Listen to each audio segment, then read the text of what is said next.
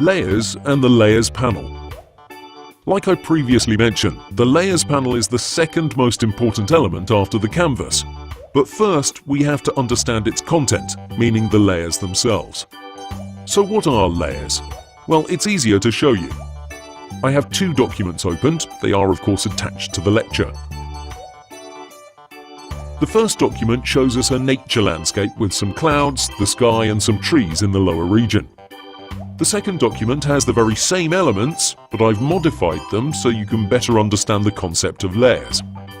As you can see, we have the same sky, trees, and clouds, but this time they are on separate pieces of paper, if you will. That's what layers are.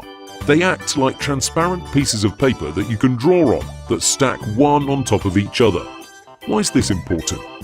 Well, this allows you to easily modify the sky, for example, without messing with the other elements. So if you scribble with a black brush over the sky layer, you won't affect any of the other layers because those are completely separate. As you can see, when I move this layer, you can clearly notice the trees and the clouds are as before. This is absolutely brilliant because it allows you to try all sorts of things without fearing that you might mess up your progress so far. It's really important that you understand that they stack on top of each other. So if you place them in the wrong order, you won't be able to see them on the canvas anymore.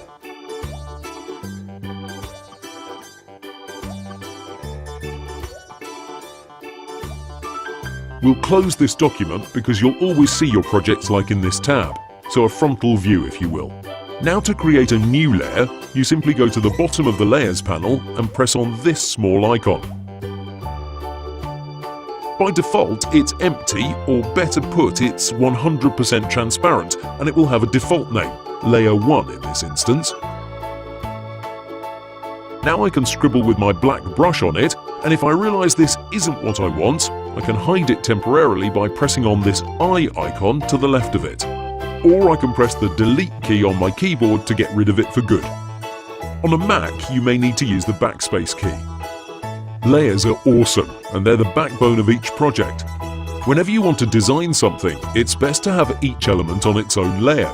This doesn't mean you should have hundreds of layers, for example, one per each cloud, but try and use a number of layers that would give you confidence while working. The goal is to experiment and maintain flexibility. Great, now we understand layers, let's talk about the Layers panel. You should already have it opened, but if not, you can press F7 or you can go to Window, Layers. In case you have an older version of Photoshop, this might look different, but it works in the same way. Let's create a new document.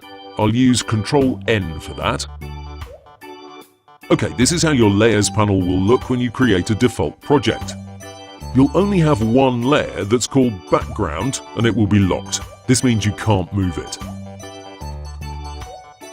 The first thing I recommend is to double-click it and press OK in this window that appears.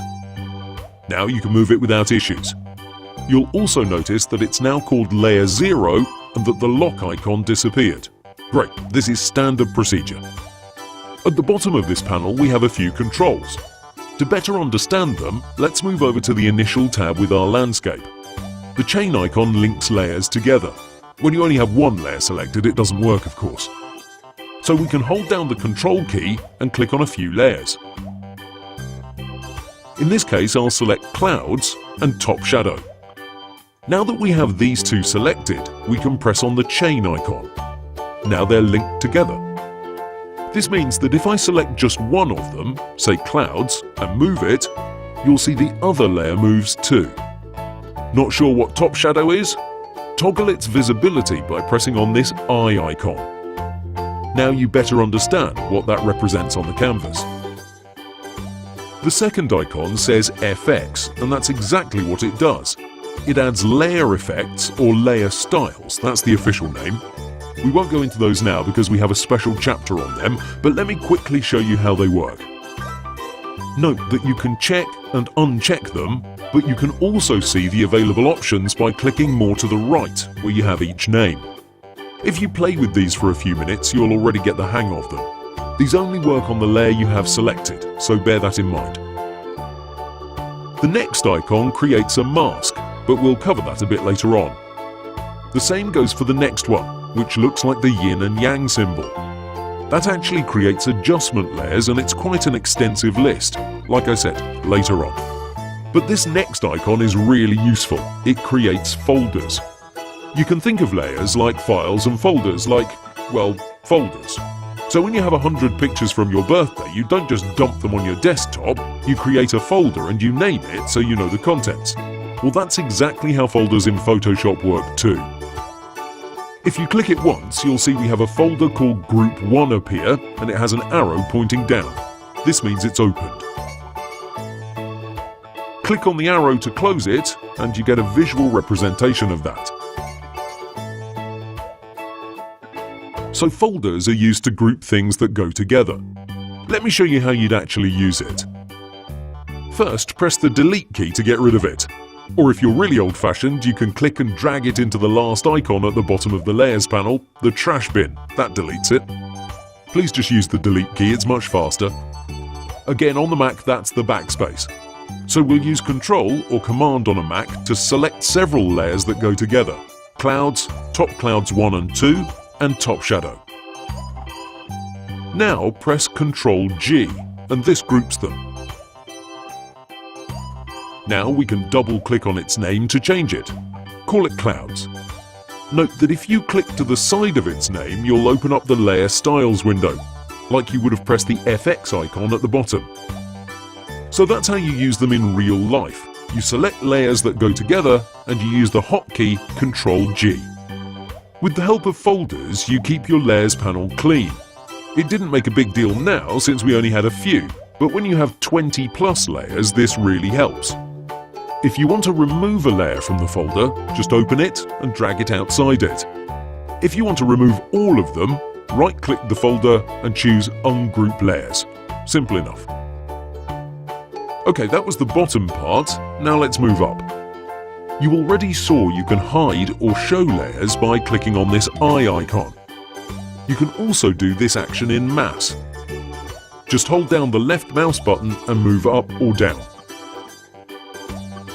Another cool feature is that you can right-click on the eye and you can assign a color to each layer or folder. This means that if you have something really important and you want to remember it, you can attribute a color to it and it'll surely stand out.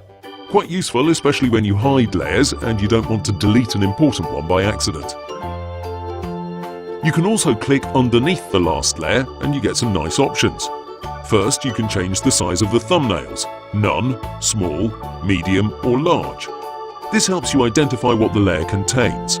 It also tells you the layer type, but we'll cover that in the next lecture. My advice is you stick with small thumbnails even if you're a beginner. This space is really useful, so you have to keep things compact at all times. The other option changes how you view the layer, by its own bounds or by the documents. To better understand that, let's draw a custom shape on the screen and focus on the Layers panel. If we have the first option selected, Clip Thumbnail to Layer Bounds, we see a clear representation of the layer. In this case, it's a play icon. If we change it to the other option, we now see its position inside the canvas. So look, if I move it on the left side of the screen, watch what happens in the thumbnail. Did you see it? It changes position there too. Let me do that again. Did you see it now? By the way, you need to watch this in HD, otherwise you'll think I'm crazy. The thumbnail represents the layer inside the document, so it's actually very small because so is our layer in comparison with the rest of the canvas. If we resize it, you'll see that reflected in the thumbnail too. Let's continue. At the top, you'll have several icons through which you can lock your layers. 99% of the time, I don't recommend you lock your layers, so let's move on to more important things. Opacity and fill, for example. Both are at 100% and lots of people don't know the difference between them. Let me show you. We have this play icon here and we'll add a layer style to it, a stroke. Nothing fancy, it helps me illustrate my point. Now I'll lower the opacity and as you can see, the layer becomes more transparent. If I set it at 0, you won't see it at all. Make sense? Let me bring it back up to 100%. Now look what happens when I do the same with fill. As you can see, the layer is affected, but the layer styles is not. The stroke remains the same. That's the difference. Opacity changes everything, while fill doesn't do anything to layer styles. Okay, we're nearly at the end. I know it's a lot to take in, but this is just about everything you need to know about this panel. What I'd like to talk about last is this area here. This is particularly useful in projects that have hundreds of layers. This allows you to quickly find specific ones by applying various filters. You can search by their type, color, effect, you name it. Speaking of which, you can search by name too. Let me show you how that's done. I'll choose name from the drop-down and I'll start typing in clouds. As I begin to type, the panel immediately changes. Once I've found what I was looking for, I can close this function by pressing on the red button in the top right. You'll now get back to the Layers panel, and you'll see that layer is still selected. Useful stuff. We haven't covered the other types of filters because you first need to know the different types of layers that are available in Photoshop.